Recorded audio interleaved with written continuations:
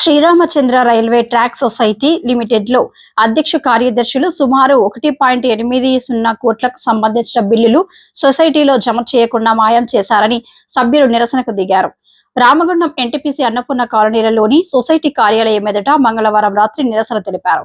బాధితులు మాట్లాడుతూ సొసైటీకి సంబంధించిన పలు పనులు చిన్న పనులు చేపట్టగా బిల్లులు మంజూరయ్యాయని, ఆ సొమ్ము సొసైటీ ఖాతాలో జమ చేయకుండా వ్యక్తిగతంగా వాడుకున్నారని, ఇదేమిటని ప్రశ్నిస్తే నష్టాలు వచ్చాయని బుకాయిస్తున్నారని ఆరోపించారు.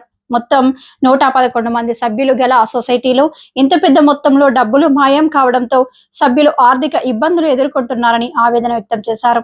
అనంతరం ఇద్దరు వ్యక్తులపై ఎన్టీపీసీ పోలీస్ స్టేషన్లో ఫిర్యాదు చేయనున్నట్లు సభ్యులు తెలిపారు. తమకు న్యాయం జరిగే వరకు నిరసన కార్యక్రమాలు చేపట్టనున్నట్లు సభ్యులు వివరించారు.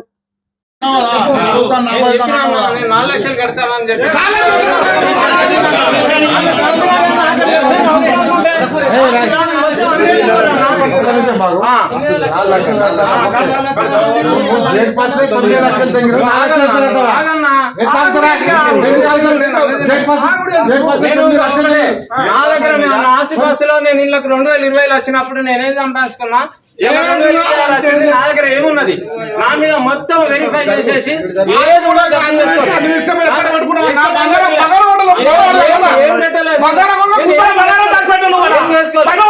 నేనేం చేసుకోలేదన్నా.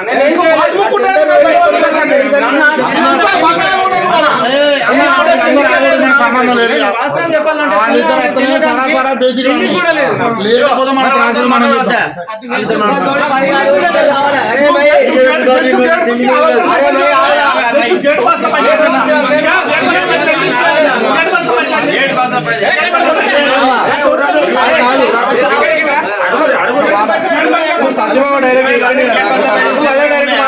నువ్వే అడిగే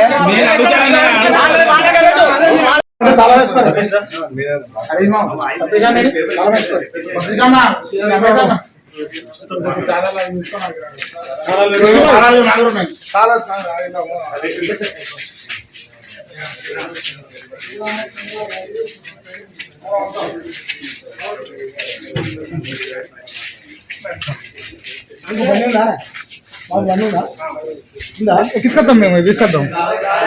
లేదంటే మీ బండి మీద వస్తా, ఒకళ్ళు బండి ఒకళ్ళు రెండు వీళ్ళ బండిరా, నేను బండి అన్న బండి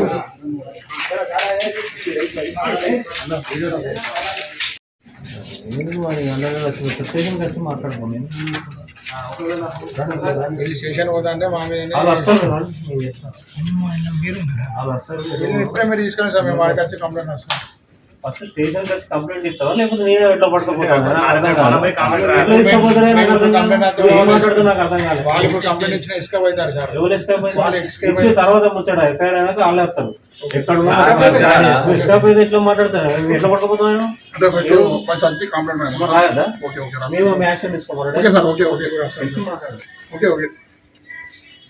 మీరు బాగానే వస్తా.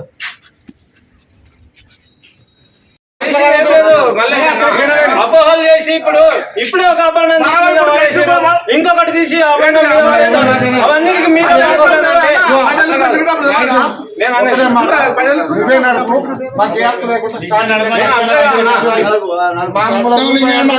మీద మేమే కట్టుకున్నాం అట్లా కూడా చెప్తాను. ఎప్పటికి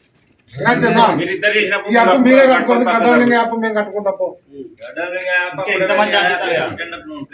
ఇంకే బాస్ మీరేం చేస్తారో చేసుకోండి. ఇప్పుడు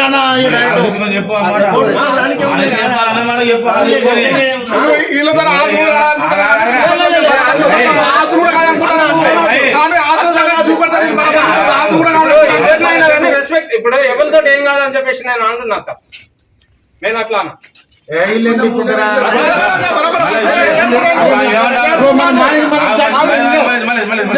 వాళ్ళు ఏమంటారు, ఇప్పుడు గుణలింగా ఇచ్చిన అప్పు అదంతా అందరి పొత్తులు వేసుకున్నాం కానీ తర్వాత ఎక్కాలి. ఇప్పుడు ఉన్నదాన్ని పట్టుకొని నడిపి అంటారు. అప్పుడు ఇప్పుడు మొత్తం నీదే జిమ్మదారి కాదు, అప్పుడు మొత్తం నీదే జిమ్మదారి.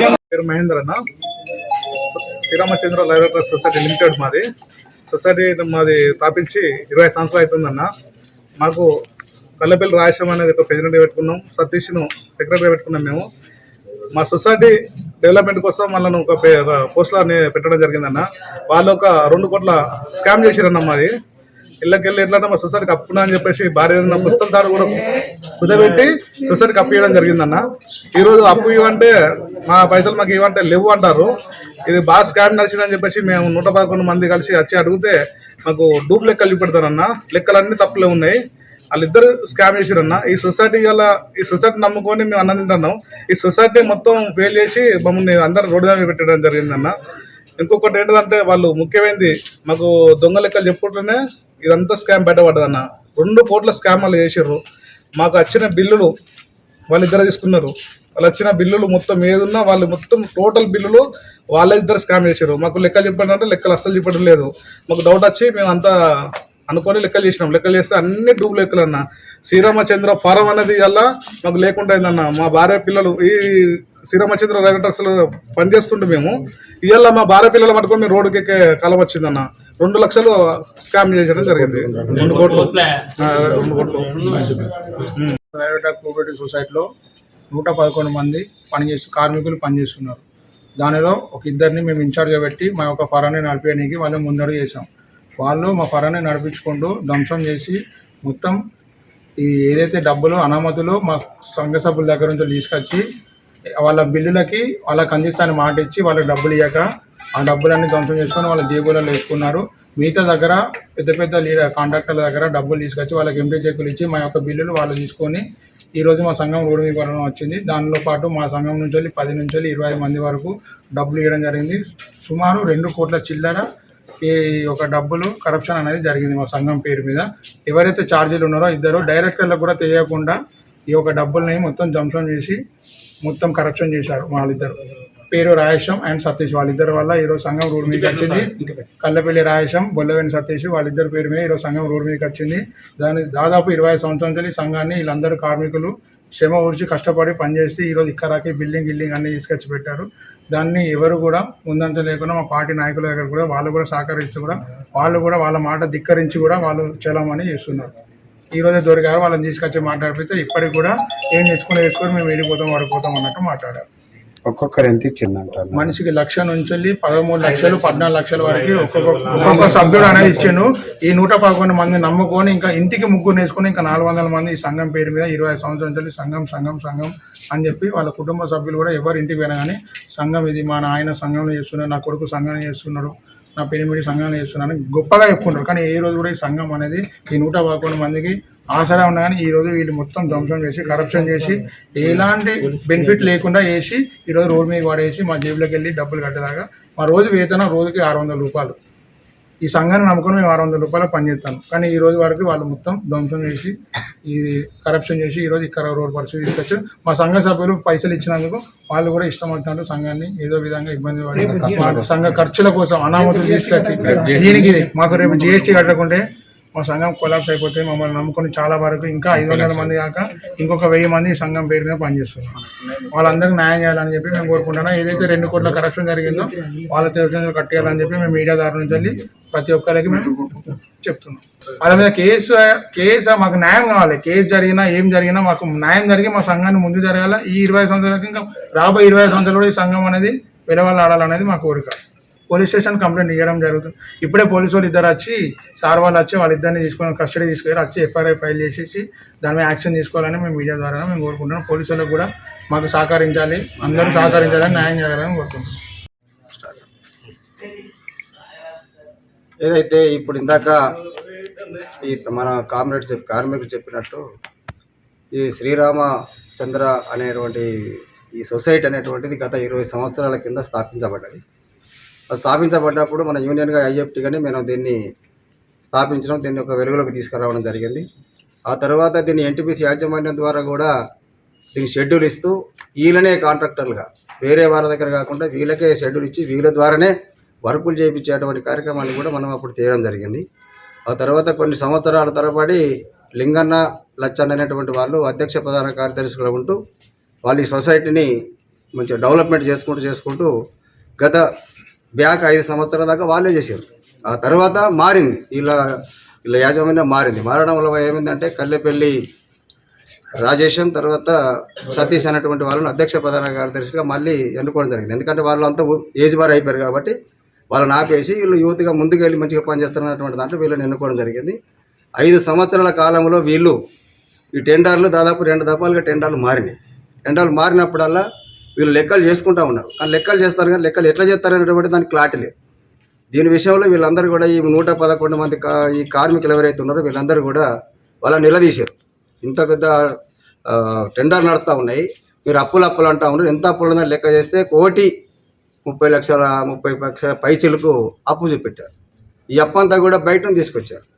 అంటే ఇంకోటి ఏంటంటే వీళ్ళ బైలాస్ ప్రకారం ఏంటంటే ఏదైనా కూడా సంస్థకు నష్టం వచ్చినా లాభం వచ్చినా కూడా ఆ కమిటీ ద్వారా కానీ లేకుంటే జనరల్ బాడీ ద్వారా కానీ మాట్లాడుకున్న తర్వాత దాన్ని ముందుకు తీసుకెళ్ళాలి.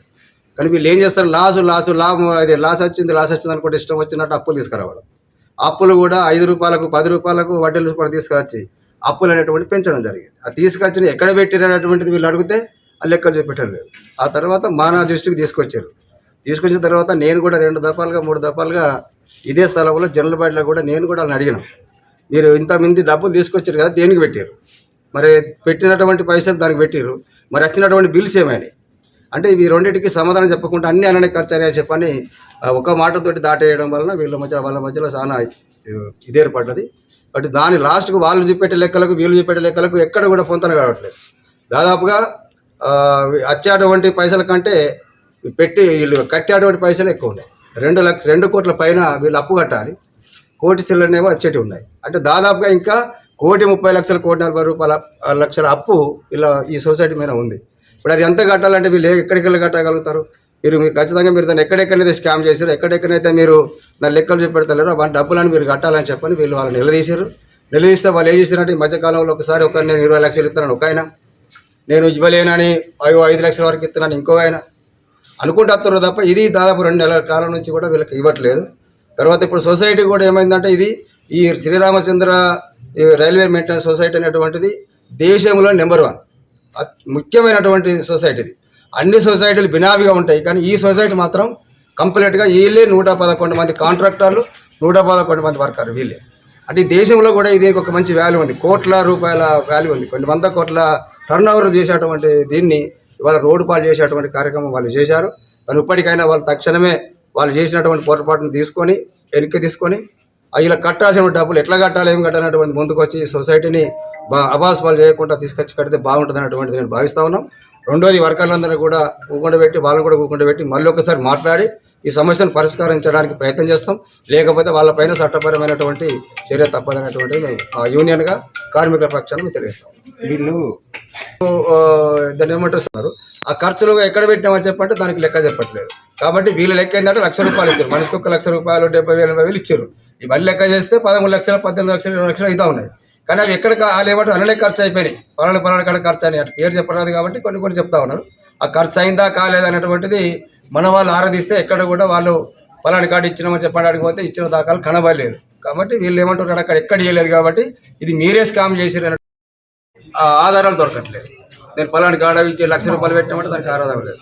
అక్కడికి వెళ్ళి ₹10 లక్షల అప్పు తీసుకొచ్చారు బాగానే ఉంది, కానీ అప్పు ఎడబెట్టారంటే దానికి లెక్కలేదు.